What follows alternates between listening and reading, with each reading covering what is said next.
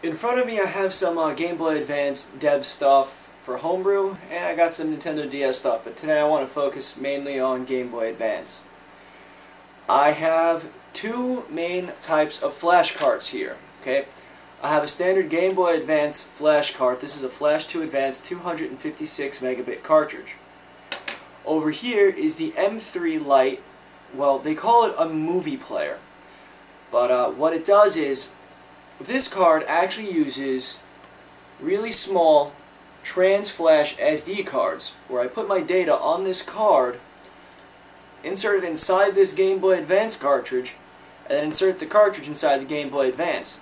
There's no need to buy a cartridge like this and then use your Game Boy Advance in multi-boot mode with a special link cable to send the code to the cartridge, or buying a cartridge with a USB programmer. Now, the advantage of this is you can actually have a lot more storage capacity. This has 32 megabytes, this has 1 gigabyte right now. Now, there are other brands of these loader cards. There's the S3 movie player, I believe it's called, with the Crystal engine. There's also just something called the Game Boy Advance movie player. In my opinion, the S3, or the Super card, is inferior. I think it's actually just a ripoff of the M3, as if they just kind of cloned it. I've heard a lot of bad things about the S3 and the Super card, because you have to go and patch ROMs for file systems and patch your SD card or your compact flash depending on what you're using. In my opinion, the M3 has to be the greatest all-in-one solution. Out of the box, this thing actually has a bootloader, which allows me to play movies, music, read text files, read ebooks, check out pictures. They got a whole bunch of stuff. But let's go to the Game Boy side. Oh, real quick.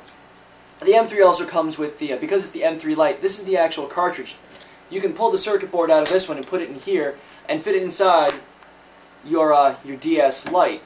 And with a Pass-Me card, you can now boot code off your Game Boy Advance, your Advance cartridge, or the M3 Lite, or the M3 adapter that's designed for the Advance in your Nintendo DS. So what I'm going to do is, I'm going to go and load up the Game Boy Advance SP, and I'll show you a couple of nifty little things for Game Boy Advance Homebrew. Alright, standard Game Boy Advance, booting up. The card is actually going to say not licensed by Nintendo for legal reasons, but whatever. And here's the GBA movie player, the M3 movie player. The main on-screen selections you can have are games, movies, music, ebooks, pictures. I'm not going to get into the file formats of what the movie can play or the audio. You can go to their website and figure it all out. You're going to have to use a type of file converter. Well, let's just pretend that you don't have a fancy schmancy M3 movie player. Let's just pretend you have just a general flash card, and you want some kind of application to use as some kind of multi-boot menu system. And for that, we have PogoShell. PogoShell is really great because you can actually go and navigate the file system of the card as if it was like a standard file system. You can go through the ROM, the SRAM, or we can go through the what they call the CRAM ROM FS. If you go to the ROM, you can go, they have plugins and stuff that are really great, you know, the NES emulation, Super Nintendo, Genesis, Atari, 2600, you know, really great stuff. They also have movie player plugins, they've also got textbook reader plugins. So through this shell you can do pretty much every single thing that the M3 card can do. It's just, you're limited to whatever space your card already has.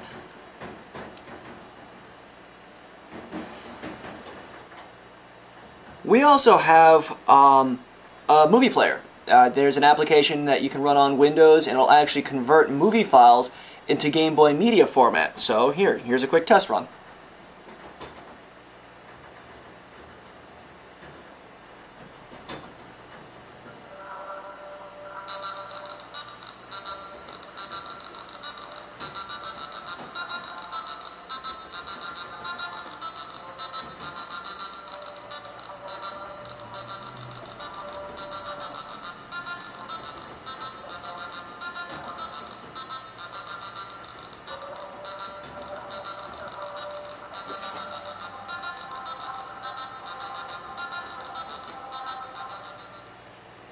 Of course, it doesn't have the best resolution, and it's, you know, the bit rate's kind of low and the screen's kind of small, but you know, if you want to put a couple of music videos on your Game Boy Advance, or you know, you got a couple of really quick, cute clips you want to go and show your friends off YouTube or whatever, alright, it's one more thing your Game Boy Advance can do. Next runner-up is what they call MP3 Advance. What it does is it allows you to play MP3s or converted music formats on your Game Boy Advance. Me, personally, I feel it's kind of foolish to have any kind of music on a Game Boy Advance without an appropriate shell like Pogo Shell. I think Pogo Shell has an MP3 player plugin, because this program, the Music Player Advanced, will actually, you'll have to convert all your MP3s. What I did with this one is I created a TTY terminal transmission, so I can use my Game Boy Advance to go and send predefined TTY terminal messages. So if you got a TTY terminal decoder, try it.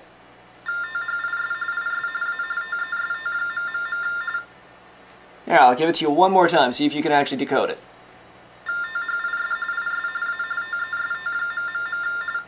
And to be God honest, I have absolutely no idea what it says. This is actually a really old ROM from a very long time ago. As a lot of people know, I'm a big emulation fan, especially the NES. I love my NES hacking. I love my NES ROMs. Okay, NES emulator. Yay! You have to also understand that the screen resolution will not match, like an NES screen resolution will not match the Game Boy Advance, so there will be some artifacting. But they've actually compensated. All I can say is check out the NES emulator for Game Boy Advance and check out the features. It's called Pocket NES. I'll put some links into the show notes, but hey, it's NES in your pocket. Of course, classic disclaimer, you know, running ROMs is illegal, it could be, blah blah blah, I don't care. There's also Super Nintendo emulation, which, to be honest, is a little bit on the laughable side. It's more for novelty. It's very difficult to play, especially because you don't have enough buttons on the Game Boy Advance to, you know, no XY button. However, you can plug a you're loud. You can actually plug a Super Nintendo controller into your Game Boy Advance SP or Game Boy Advance serial port slot. Great, fun stuff. There's also other emulation like Atari 2600, Zilog, Z80, Genesis, TurboGrafx 16, I think. I mean, there's a whole bunch of emulation for the Game Boy Advance. The only thing I can say is, you know, choose your emulator and figure out which ones work best for you. Next on the list of fun, useful is the Game Boy Advance Picture Slideshow. It does quite that. It's a picture slideshow. Use some software, PC side, and you make a Game Boy Advance ROM file of pictures. When I was in college, I was actually able to use this to put a whole bunch of you know, crib sheets and I guess you call them cheat sheets with formulas and just references like, you know, Ohm's law, Faraday's law, Kirchhoff's law, Boolean algebra, a whole bunch of great stuff on the on my Game Boy Advance. And then if I needed some kind of data sheet or some kind of information, I can pull it up right there on my Game Boy Advance. In fact, my teacher made a snide comment about playing games in class, and when I showed him that I was actually using my Game Boy to pull up data sheets on microcontrollers and components that we're using, and I actually scanned some of my textbooks and put them on my Game Boy Advance, he promptly shut the fuck up. Well, there you have it, some general purpose Game Boy Advance Homebrew. You got some really great stuff. Something I wasn't able to actually show you guys was the Game Boy Advance GPS. The Game Boy Advance has a serial port on the back, and what a very talented individual is able to do is, using just standard household components, wire a serial GPS receiver into the Game Boy Advance.